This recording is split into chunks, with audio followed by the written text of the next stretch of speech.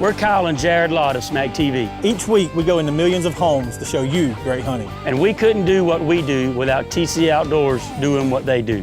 It doesn't matter if your adventure takes you fishing in the local pond or on a cross-country hunt.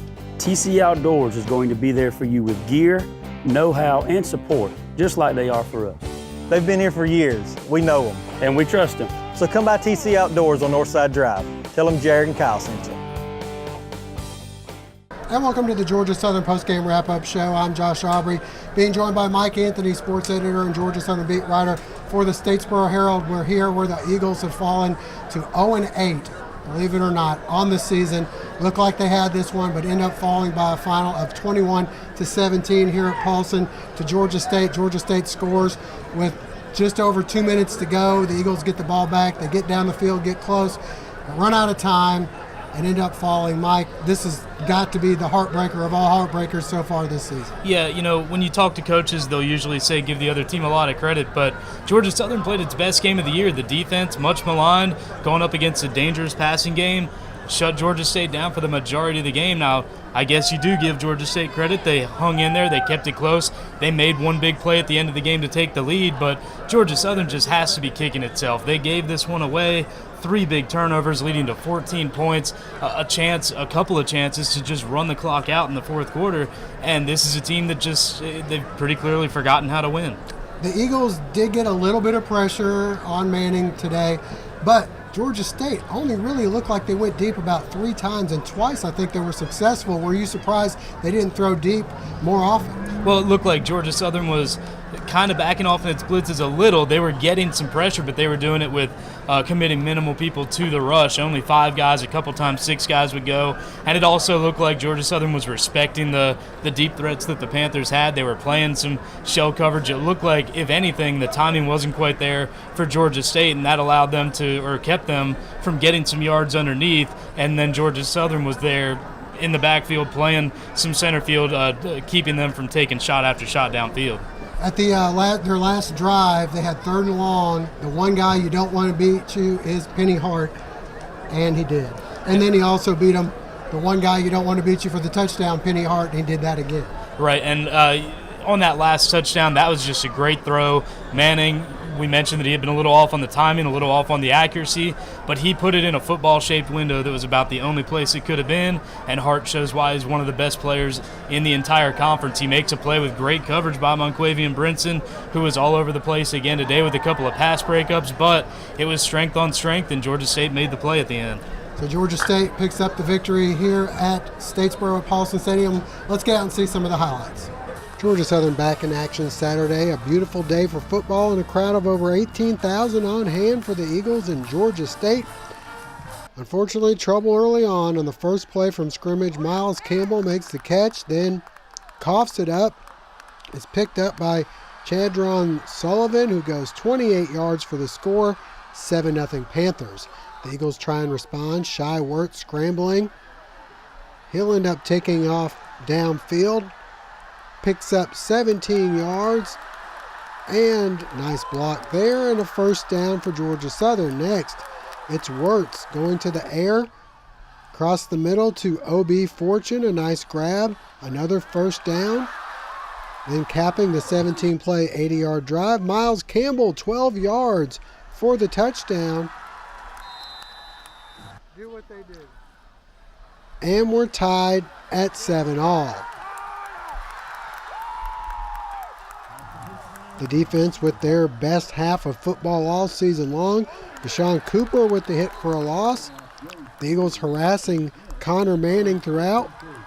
Joshua Moon a little bit later will come up with the sack.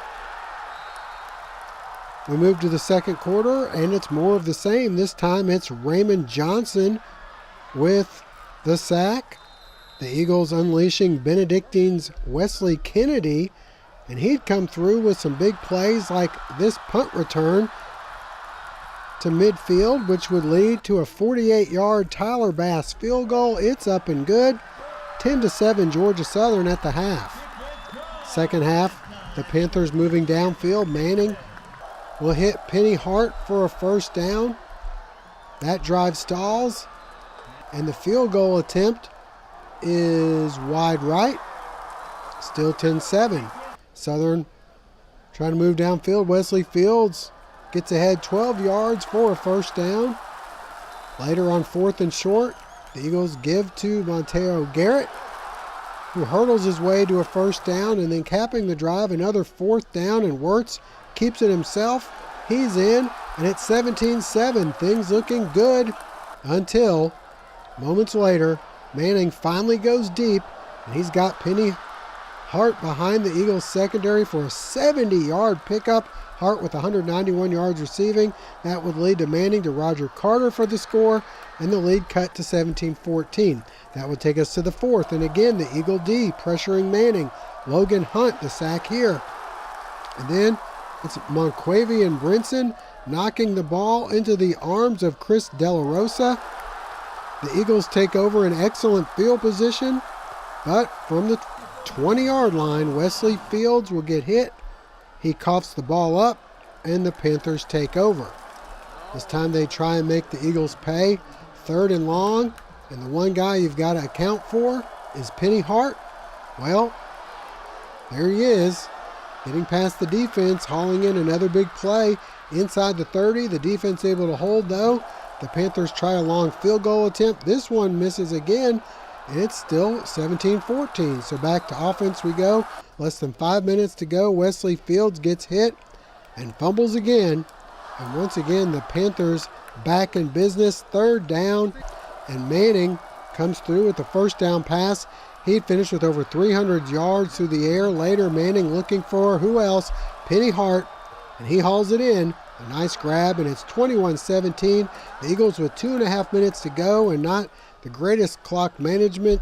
Wirtz finds DeAndre Glenn for a first down. Later, Wirtz to Malik Henry for a first down.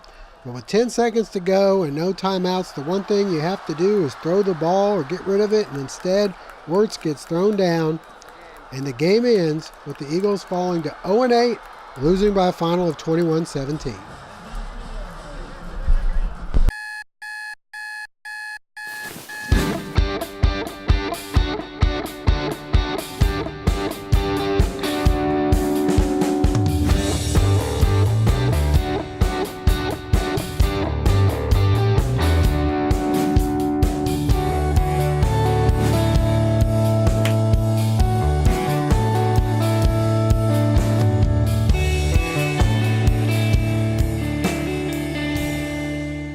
After the game, we had a chance to talk with interim head coach Chad Lunsford and some of the players about the game. I'm really proud of the defense and how they played today. We did a good job of starting fast. That's been our problem the past couple weeks. And at the end of the game, at the end of the day, we got to finish. We've got to finish. We've got to keep them at the end zone. They don't score, they don't win. And we just ran out of time today.